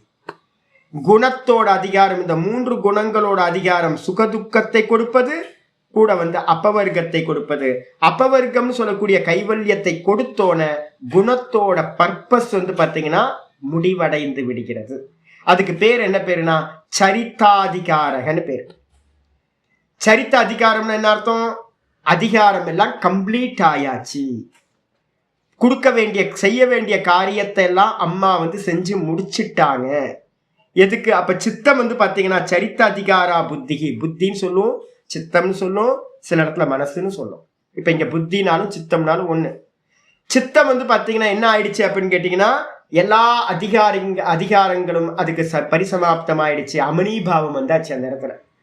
அமனிபாவத்துல வந்து சுகமும் இல்லை, துக்கமும் இல்லை, மோட்சமும் இல்லை, பந்தமும் இல்லை, ஒரு மண்ணாங்கட்டியும் இல்லை. அந்த நிலைக்கு பேர் தான் வந்து பாத்தீங்கன்னா சரித்தாதிகாரா புத்தி. இந்த சித்தம் வந்து பாத்தீங்கன்னா அதிகாரம், குணத்தோட அதிகாரங்கள் எல்லாம் சமாப்தி அடைந்து விட்டது ஆயிடுச்சு. இதுக்கப்புறம் வந்து பாத்தீங்கன்னா 6வது வருது குணா. இந்த குணங்கள் என்னாச்சு சுவாமி அப்படின்னு கேட்டா சொல்றாரு, குணாஹா கிரி சிகர கூட்டச்சுதா இவ கிராவானோ நிரவஸ்தானாக ஸ்வகாரணே பிரளயாபிமுகாக சக தேன அஸ்தம் கச்சந்தி. இப்ப கேள்வி வருது, சுவாமி இந்த சித்தம் என்ன ஆகும், ஞானி ஆயிட்டான் இவன் வந்து பாத்தீங்கன்னா, ஞானி ஆயிட்டான், தானா எஸ்டாப்ளிஷ் ஆயிட்டான். இவன் எஸ்டாப்ளிஷ் ஆயிட்டான் அப்படின்னா இந்த சித்தம் என்ன ஆச்சு சுவாமி அப்படின்னு கேள்வி வரும். நம்ம வேதாந்தத்துல கேட்கும் போது அவித்யான்னு நம்ம சொல்றோம். டோட்டலுக்கு பேர் என்ன பேரு, மாயான்னு பேரு. இண்டிவிஜுவலுக்கு பேர், அதுக்கு பேர் என்ன பேரு, அவித்யான்னு பேரு. அதே மாதிரி இங்க வேற யோகத்துல சொல்லும் போது என்ன பண்றோம் அப்படின்னு கேட்டீங்கன்னா பிரகிருதி, மூல பிரகிருதின்னு சொல்றோம், பிரதானம் சொல்றோம். அதோட ரெப்ரசன்டேட்டிவ் என்னது, ஒவ்வொரு இண்டிவிஜுவல்ட்டையும் சித்தம் மனசு அப்படின்னு சொல்றோம். நான் அதான் விவேக சுடாமணி ஸ்லோகத்தை நான் போன 2 கிளாஸ்க்கு முன்னாடி படிச்சு காட்டினேன். எது மாயா அப்படின்னு கேட்டீங்கன்னா எது மாயா, மனசுதான் மாயா, மனசுதான் மாயா. இப்ப வந்து பாத்தீங்கன்னா இந்த மாயா தான் நமக்கு என்ன பண்ணிட்டு இருக்கு, மனசுதான் சுகத்தையும் துக்கத்தையும் கொடுத்துக்கிட்டே இருக்கா. வேற யாரும் இருக்கா கொடுக்கறதுக்கு, வேற யாரும் இல்லை. சுகதுக்கத்தை கொடுத்துக்கிட்டே இருக்கிற மாயா, இந்த மனசு வந்து பாத்தீங்கன்னா எம்டி ஆயிடுச்சுன்னா, அமனிபாவத்தை அடைஞ்சோன்னே இந்த மாயா பண்ண வேண்டிய வேலையெல்லாம் பண்ணியாச்சு. இப்ப என்ன ஆகும், அந்த மாயா, அந்த மனசு என்ன ஆகும் சுவாமி அப்படின்னு கேள்வி கேட்டீங்கன்னா, சித்தம் என்ன ஆகும், மனசு என்ன ஆகும் அப்படின்னு கேள்வி கேட்டா அதுதான் இங்க சொல்லுது. அந்த குணங்களோட காரியமா இருக்கிற இந்த 3 குணங்களோடு சேர்ந்து இருக்கிற இந்த மனசு சித்தம், இது என்ன ஆகும்னு கேட்டீங்கன்னா கிரி சிகர கூட்டச்சுதா. ஒரு பெரிய மலை சிகரத்திலிருந்து, சிகர கிரி சிகரனா ஒரு மலையோட பீக், கிரி சிகர. அந்த பீக்ல இருந்து, கிரினா மலை, சிகரம்னா அதோட பீக்கு. அந்த பீக்ல இருந்து வந்து பாத்தீங்கன்னா சிகர கூட்டச்சுதா, அதுல இருந்து ஒரு பாறை வந்து பாத்தீங்கன்னா என்னாச்சு, சுத்தமாச்சு, நழுவி கீழே விழுவுது. அது விழுந்து சுதா இவ கிராவானோ நிரவஸ்தானாக.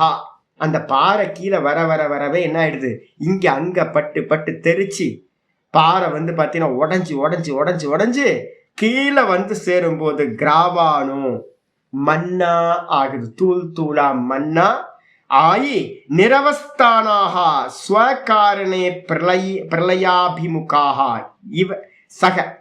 என்ன ஆகுது அப்படின்னா, அது கீழே வரும்போது இப்ப இமயமலை எல்லாம் இருக்க மண் இருக்கு பாத்தீங்களா, நீங்க இமயமலைக்கு போனீங்கன்னா தெரியும், உத்தரகாசில எல்லாம் பாத்தீங்கன்னா எல்லாம் மண்ணு, நம்ம மலைன்னு நினைக்கிறோம், எல்லாமே வந்து ஃபுல்லா கம்ப்ளீட்டா ரொம்ப யங்கு மலை. இது இமயமலை தான் ரொம்ப யங்கஸ்ட்னு சொல்றாங்க. என்ன ஆகுனா ஃபுல் ஃபார்ம். இப்ப திருவண்ணாமலை எல்லாம் பாறை பாறையா இருக்கும், அங்கெல்லாம் வந்து பாத்தீங்கன்னா பாக்குறதுக்கு பாறையா இருக்கும், ஆனா உடஞ்சிங்க அப்படின்னா உடஞ்சிக்கிட்டே இருக்கும், லேண்ட்ஸ்லைடு அதிகமாயிட்டே இருக்கும் அங்க இமயமலையில. அது தண்ணியில கிடக்க கிடக்க ஊறி ஊறி ஊறி என்ன ஆகும், மண்ணா ஆயிடும். அப்ப மண் பாறையா இருக்கிறது கீழே விழுந்து விழுந்து மண்ணா போற மாதிரி, மேல மலைச்சிக்கரத்துல இருக்கிற பாறை மண் பாறை கீழே விழுந்து கிராவானோன்றதுக்கு அர்த்தம் மண்ணாயி நிரவஸ்தானாக தனக்குன்னு ஒரு இருப்பு இல்லாம போய் என்ன ஆகுது, சுவகாரணே மண்ணில இருந்து அந்த பாறை உண்டாச்சு. அப்ப அந்த மண்ணாவே வந்து பாத்தீங்கன்னா பிரளயாபிமுகாக பிரளயத்தை அடைந்ததா என்ன பண்ணுது, சகத்தேன அஸ்தம் கச்சந்தி. அது எல்லாம் மண்ணோட மண்ணா அந்த பாறை போயிடுது. அதே மாதிரி இந்த சித்தம் என்ன ஆகும் அப்படின்னு கேட்டீங்கன்னா, நான் இந்த சித்தத்துல இருந்து செப்பரேட் ஆனோன்னு இந்த சித்தமானது இதோட மூல காரணமா இருக்கக்கூடிய பிரதானத்துல என்ன ஆயிடும், ஒன்று சேர்ந்து விடும். பிரதானத்திலிருந்து உண்டானதுதான் சித்தம். திரும்ப சித்தம் வந்து பாத்தீங்கன்னா அந்த பிரதானத்திலேயே லயமாகி விடுகிறது. அப்ப லயமாயிடுச்சு அப்படின்னா சித்தம் திரும்ப இவனுக்கு கண்களுக்கு தெரியாமல் போகிறது. இதுதான் வந்து பாத்தீங்கன்னா ரெண்டாவது சொல்றது, நச்ச ஏஷாம் விப்ரலீனாம் புனஸ் உத்பாதக ந புனஸ் புனர் ந புனர் அஸ்தி உத்பாதக. அதுக்கு திரும்பவும் வந்து பாத்தீங்கன்னா உத்பாதனம்ன்றது திரும்ப உண்டாகவே உண்டாகாது. பரமஹம்சர் வந்து என்ன பண்ணுவாருன்னா ஒரு அருமையான எக்ஸாம்பிள் சொல்லுவார். என்ன ராமகிருஷ்ண பரமஹம்சர் சொல்ற எக்ஸாம்பிள், சமுத்திரத்துல ஒரு மூட்டை உப்பை போட்டீங்கன்னா, உப்பு மூட்டையை தூக்கி சமுத்திரத்துல போட்டீங்கன்னா என்ன ஆகி போச்சு, கரைஞ்சு போச்சு. ஏன், அந்த உப்போட காரணம் சமுத்திரம். உப்புல இருந்து வந்துச்சு, திரும்ப உப்பு தண்ணியிலேயே போட்டோன்னா அந்த உப்பு தண்ணியிலே சமுத்திரத்திலே கலந்து போச்சு. அதே மாதிரி இந்த சித்தம் வந்து பாத்தீங்கன்னா அவித்யான்ற அந்த மூலப்பிரகிருதி பிரதானத்துல இருந்து உண்டாச்சு, திரும்ப வந்து பாத்தீங்கன்னா அதுலயே போய் லயத்தை அடைஞ்சது. லயத்தை அடைஞ்ச பிறகு திரும்ப உற்பத்தி ஆகுமானா, ஞானி புருஷனுக்கு 16வது ஸ்லோகம் சொல்லியிருக்கோம், கிருதார்த்தம் பிரதி நஷ்டமப்பி அனஷ்டம். அவனுக்கு வந்து பாத்தீங்கன்னா அவனை பொறுத்த வரைக்கும் அது திரும்ப வருவதே இல்லை, அவனுக்கு 100% லிபரேஷன் கிடைச்சிருது, சித்தம் நாசமாயிடு. ஆனா அந்த சித்தம் எங்க போய் நஷ்டமாச்சு, பிரதானத்துல போய் நஷ்டமாச்சு. பிரதானம் இருக்கா, பிரதானம் மற்றவங்களுக்கு இருக்கு, ஆனா இவனுக்கு விசிபிள் ஆகவே ஆகாது, திரும்ப இவனுக்கு சம்சாரமே கிடைக்காது. இது வந்து பாத்தீங்கன்னா 6வது இதா இருக்கு. ஏன் அப்படின்னு கேட்டீங்கன்னா, திரும்ப ஏன் சுவாமி அது உற்பத்தி ஆகிறது இல்ல அப்படின்னா, பிரயோஜன அபாவா திதி, அதுக்கு மேல அந்த சித்தத்துக்கு பிரயோஜனம் இல்லை. ஏன் அப்படின்னா அந்த சித்தம் என்ன பண்ணும், 2 காரியம் தான் பண்ணும், ஒன்னு போகத்தை கொடுக்கும், இன்னொன்னு அபவர்க்கத்தை கொடுக்கும். இது ரெண்டுமே வந்து பாத்தீங்கன்னா அந்த முக்த புருஷனுக்கு அது கொடுத்துடுச்சு. கொடுத்ததுக்கு பிறகு அதனால எந்த பர்பஸும் இல்லை. அதனால வந்து பாத்தீங்கன்னா இது ஷட் டவுன் ஆயிடுது, சித்தம்னு ஒண்ணு இல்லாமலேயே போகிறது அப்படின்னு அர்த்தமாகுது. இது 6வது. அடுத்து 7வது சொல்ற, ஏதஸ்யாம் அவஸ்தாயாம், இந்த அவஸ்தையில குணசம்பந்தாத் அதீதக. அப்ப என்ன ஆகுதுன்னு கேட்டீங்கன்னா, இந்த அவஸ்தையில செப்பரேட் குணம் இல்லாம போகும்போது அந்த இடத்துல இவனுக்கு என்ன சம்பந்தம், குணத்தோட இருந்த சம்பந்தம் இருக்குல்ல, சத்துவ ரஜஸ் தமசோட இருந்த குண சம்பந்தம், இது வந்து பாத்தீங்க அப்படின்னா குணசம்பந்தத்தை கடந்தவனா அதீதனாக ஆகின்றான். 2:45 பகவத்கீதையில ஞாபகம் வச்சுக்கணும். திரைகுண்யோ விஷயா வேதாக நிஸ்திரைகுண்யோ பவார்ஜுன நிர்த்வந்த்வோ நித்திய சத்வஸ்தக நிர்யோக க்ஷேம ஆத்மவான். ஏ அர்ஜுனா, இந்த குணங்களை கடந்தவனா குணாதீத்தனாக நீ ஆவாயாக அப்படின்னு வந்து பாத்தீங்கன்னா உபதேசம். அப்ப குணாதீத்தனாகிறதுன்றது என்னன்னு கேட்டா, தானா நின்னோம் அப்படின்னா இந்த டிஸ்கனெக்ட், இந்த 3 குணங்களுடைய மாயைய டிஸ்கனெக்ட் பண்ணிட்டோம் அப்படின்னா அவனுக்கு வந்து பார்த்தீங்கன்னா குணத்தோட சம்பந்தம் டிஸ்கனெக்ட் ஆயிடுது. அதனால அவன் குணசம்பந்த அதீதக, குணத்தோட இருக்கிற சம்பந்தத்தை கடந்தவனா ஆகின்றான். சொரூப மாத்திர ஜோதிர், அந்த இடத்துல என்னவா இருக்கான்? வெறும் சொரூப மாத்திரம், சன்மாத்திர சொரூபம், வெறும் இருப்பா, வெறும் சைத்தன்யமா ஜோதியா இருக்கான், வெறும் பிரகாசம், வெறும் அவேர்னஸ் மட்டுமா. எப்படி இருக்கான்? அமலக, மலம் இல்லாதவனா. எது மலம்? அவித்யா மலம். அந்த மலம் இல்லாதவன் ஆகின்றான். இந்த குணத்தோட எந்த சம்பந்தமும் இல்லாதவனாகிறான். அப்ப அவன் என்ன ஆகிறான்? கேவலி புருஷ இதி. அவன் இந்த இடத்துல கைவல்ய பாவன் பேரு. கேவலி அப்படின்னு அர்த்தம்? தனித்தவனாக, மாயை இல்லாதவனா தனிச்சவனாகிறான். கேவலி புருஷ இதி, கைவல்யத்தை புருஷன் அடைகின்றான் அப்படின்னு சொல்லப்படுது. ஏதாம் சப்தவிதாம் பிராந்த பூமி, இந்த விதமா 7 விதமான பூமி. முதல் 4 காரிய, இந்த ஞானத்துக்கான செய்ய வேண்டிய காரியம். அடுத்த 3 சித்தத்துல உண்டாகிற விமுக்தி. அப்ப மொத்தம் 4 3 7 விதமா வந்து பாத்தீங்க அப்படின்னா சப்தவிதா பிராந்தம் அனுபஷ்யன் புருஷா.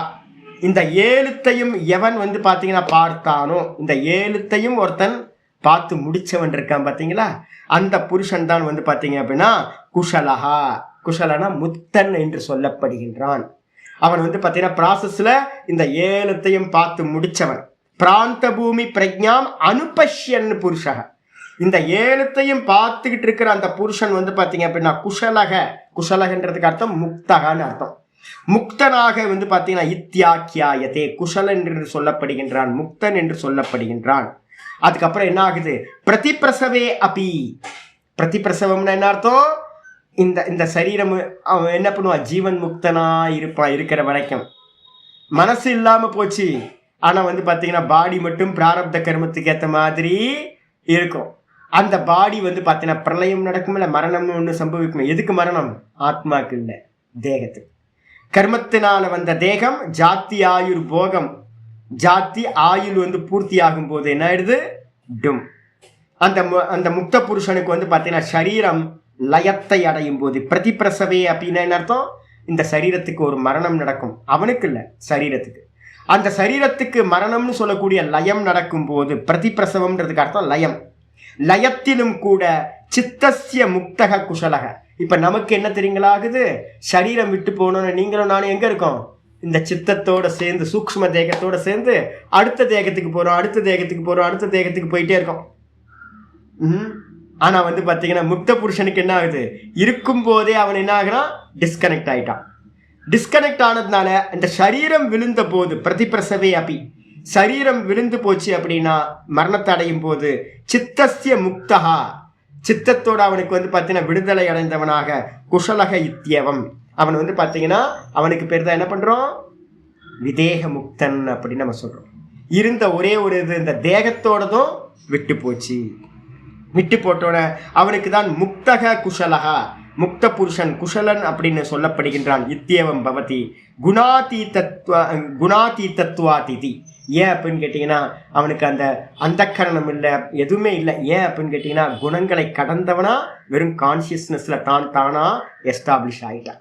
அப்போ இந்த குணத்தோட எந்த சம்பந்தமும் இல்லாதவன் ஆயிட்டான், கடந்து போனவன் ஆயிட்டான், குணாதீத்தனா. அவனுக்கு ரீபர்த் எடுக்கிறதுக்கான எந்த ஒரு பேஸும் இல்லாம போச்சு. எதுக்கு ரீபர்த் கொடுக்கறது? முக்கியமா சித்தம். சித்தத்துல இருக்கிற வாசனைகள் கர்மம்.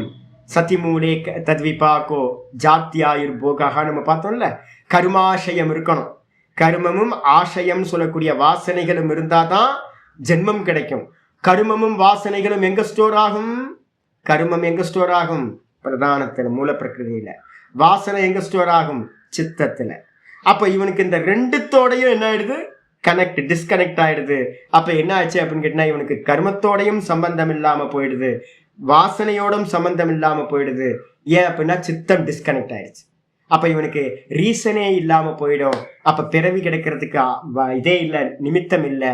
அதனால இவனுக்கு விதேக முக்தின்னு சொல்லக்கூடியது உண்டாகிறது. இவன் திரும்ப பிறப்பதில்லை அப்படின்னு வந்து பாத்தீங்கன்னா 27வது சூத்திரம் முடிவடைது. மீதியை நம்ம நாளைக்கு பார்க்கலாம். இன்னும் ஒண்ணு இருக்கா? அவ்வளவுதான். 7வதோட இது முடிஞ்சிச்சு. அதான் 27ன்னு போட்டாச்சு, முடிஞ்சு போச்சு. குணா இந்த 3த்துக்குமே பேர் கொடுக்கலையே. இந்த 3த்துக்குமே நான் பேர் கொடுக்கல. சோக நிவர்த்தி. சோக நிவர்த்தின்னு ஒன்று போட்டிருக்கு. ஆமாம், மரண பய நிவர்த்தி. அதுக்கப்புறம் வந்து பார்த்தீங்கன்னா இது நான் பார்த்து சொல்கிறேன், ரெஃபரன்ஸ் எடுக்கணும். இது சாஸ்திரக்காரங்க என்னன்னு பேர் சொல்கிறேன். தேக நிவர்த்தின்னு எடுத்துக்கலாமா? தேக நிவர்த்தின்னு எடுத்தால் நல்லா இருக்கும். நான் நாளைக்கு பார்த்து சொல்கிறேன். அதுக்கு ஏதாவது டெக்னிக்கலாக டீக்கார சொல்கிறது இது நான் பார்த்து சொல்கிறேங்க. விட்டு போயிருக்கிறதுல நான் கவனிக்கல. தேக நிவர்த்தின்னு போட்டுக்கிட்டே போதும், சரியா தான் இருக்கும். தேக நிவர்த்தின்னு போட்டீங்க, முடிஞ்சு போச்சு. 7வது சோக நிவர்த்தி, மரண பய 6வது வந்து சோக நிவர்த்தி, 7வது மரண பய நிவர்த்தி, 8வது தேக நிவர்த்தி. தேக நிவர்த்தி தான் விதேக முக்தி நம்ம சொல்றோம். 5 ஆரியல்.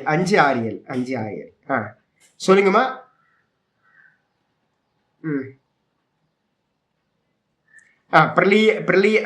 பிரளய அபிமுகா சக. இந்த மண்கட்டி வந்து பார்த்தீங்கன்னா எதை நோக்கி கீழே உழுவுது? மண்ணை நோக்கி. அந்த அபிமுகம்ன்றதுக்கு அர்த்தம் நோக்கின்னு அர்த்தம். அந்த அபிமுகான்னு விட்டுருக்க சம்ஸ்கிருதத்தில். ஆமாம், சம்ஸ்கிருதத்தில் அபிமுகான்னு வரணும். பிரளயாபி முகாஹா மூ விட்டுருக்கு. தமிழில் இருக்கா? தமிழில் எழுதிருக்கு எனக்கு.